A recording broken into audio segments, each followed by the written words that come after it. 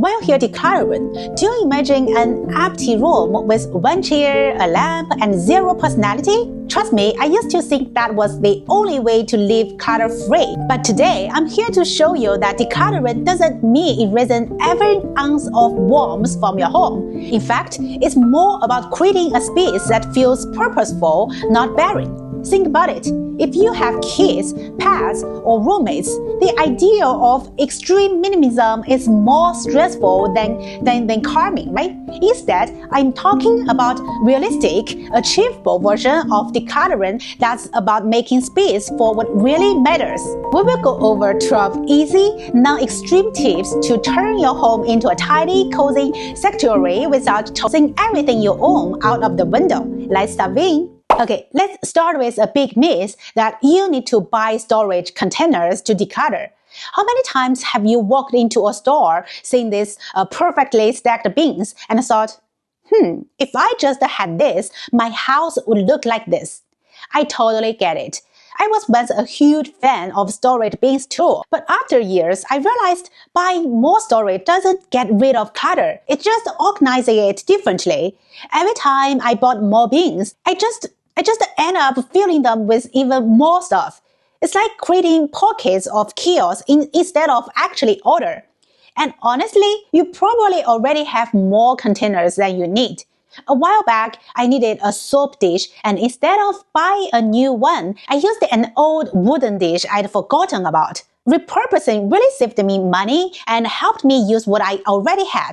So before you buy another container, take a good look around, get creative, see what can be repurposed, and enjoy the satisfaction of saving both cash and space. Tip 2 is go for multifunctional furniture. Like, do we really need a separate table for every single activity? I once visited a friend's place and she had a coffee table, a tea table, a reading table, and even a wine and cheese table. I kid you not. But it got me thinking, how much furniture do we actually need to feel comfortable? I've come to love multifunctional pieces because they do it all. In my own home, I have a large table that's perfectly for meals, coffee dates, game nights, and even a quick work session. It's so much simpler than managing 3 or 4 different tables that just end up collecting clutter. The best part is it keeps things looking spacious and clean. And if I ever need to move things around, I'm only lifting one table. Furniture should work for you, not create more work. So if you are looking to simplicity, go for multifunctional pieces. They are a game changer. Next one is use a PegBoard for easy access. I put up with it for a long time that whenever I dig through boxes and drawers, trying to remember where I put that one specific item, I can never find them. This is where I enter the PegBoard. It's like having an open, visible storage solution that puts everything you need right at your fingertips. I will be honest, I was hesitant at first. I thought, do I really want to see everything on this plan? It's kind of like the opposite of minimalism, right? But let me tell you, this thing is a game changer. Especially for hobbies or tours, you use them often. I have a PegBoard for my camping gear, and I can see exactly what I have at a glance. No more rifling through boxes or wondering if I need to buy something. It's all there. And it's oddly satisfying to arrange and rearrange things on a PegBoard. It's like a mini art project that happens to keep you organized. So if you've got hobbies that come with lots of gear, try it out. Just remember to only hang up what you will actually use. PegBoards are meant to keep things handy, not become a new form of display clutter. Tip 4 is a little trick that can save you hours of frustration. Organize by category, not by room. Sounds simple, right? But how many times have you gone searching for something only to find similar items scattered all over your home? I used to have hats in different drawers, cabinets, and even in the car. When I finally gathered them all into one spot, I realized I had 3 of the same style. Not only was I wasting space, but I was also wasting money on duplicates. Now I have a hat drawer.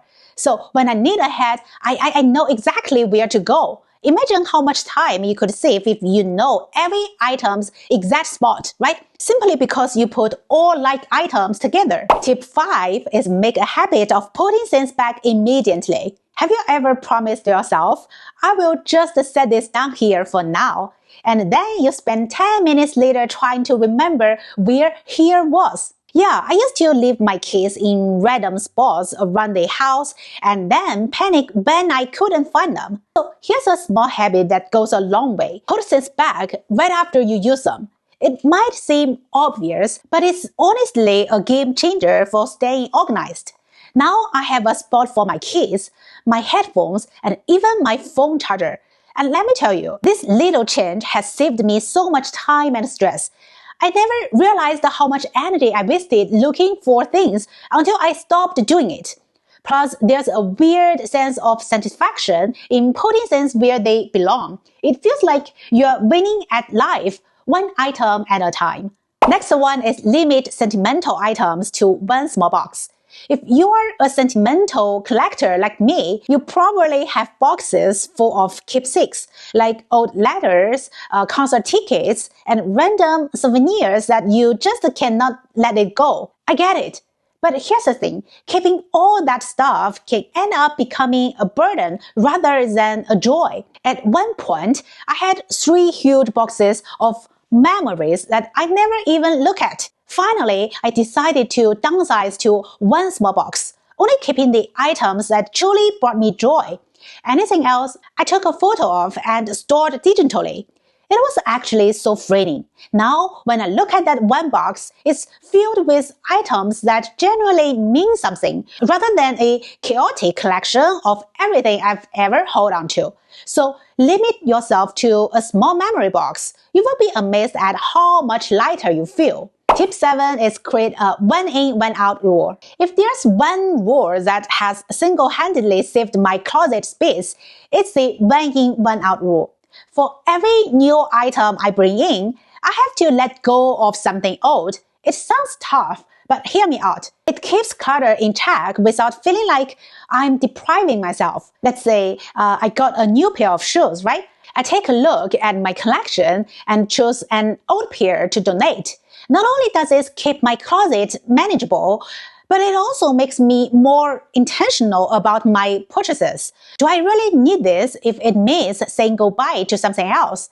It's a surprisingly effective way to cut down on clutter while still enjoying new things. Give it a shot. It might just be the ultimate space-saving hack. Next one is do a regular purge of expired items. This one is a quick, super effective decluttering hack. Get rid of expired items. Whether it's food, beauty products, or medicines, you will be shocked at how much you are holding onto that's way past its prime. I used to have a drawer filled with half-empty beauty products that had expired ages ago. Now, every couple of months, I go through and toss anything that's no longer fresh or safe to use. This one habit has not only saved me tons of space, but also made my home feel so much cleaner and more organized. Plus, it's such a quick win. No deep emotional attachment here. Just a toss and move on. You will feel lighter and have room for things that you actually use. Tip 9 is clear off flat surface daily. I mean, counters, tables, and desks seem to collect everything from mails to keys to yesterday's coffee cup. It's almost like flat surfaces are asking to be covered in stuff. But trust me, clearing them off at the end of each day is a game changer. Now, every night, I took like 5 minutes to clear my counters and tables. This simple habit makes my space look so much neater, and in the morning, starting the day with clear surfaces feels amazing.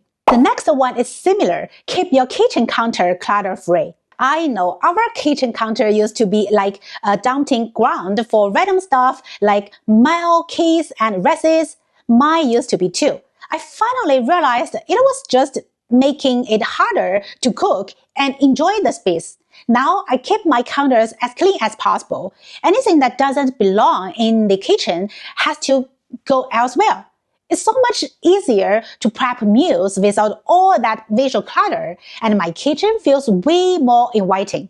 Plus, I don't end up scrambling to find my keys under a pile of receipts. It's a small shift, but it makes a big difference in keeping the heart of the home functional and welcoming. Number 11 is store bulky items somewhere practical. If you've got bulky items that don't see the light of the day too often, it's time to rethinking where they live. I used to keep my camping gear and seasonal decor in random closets, but it just made every closet feel cramped. Now I've decided one storage area just for these big items. Having a set place for those things makes it easier to find what I need without wrestling everything out of my everyday closet. It keeps my regular storage spot free for things I actually use regularly, and it's honestly a relief not to trip over a pile of winter blanket every time I need my raincoat. Number 12, embrace digital storage for documents and photos. Hey, it's the age of AI. Digitizing everything has freed up so much space. All those text documents and old photos now live happily on my computer, and I can pull up what I need in seconds. It's honestly amazing having years of memories and important documents accessible at a click instead of hidden in a box. If you're nervous about letting go, try scanning a few items to start. It's a small step that makes a big difference. So you got it! 12 practical tips for clutter-free home without extreme minimalism. Decluttering doesn't mean stripping your home down to nothing. It's about creating a space that supports you, not stresses you out. Try out these tips and see how they work for you. And if you find this helpful, don't forget to subscribe for more content on organization and decluttering hacks. See you next time. Bye.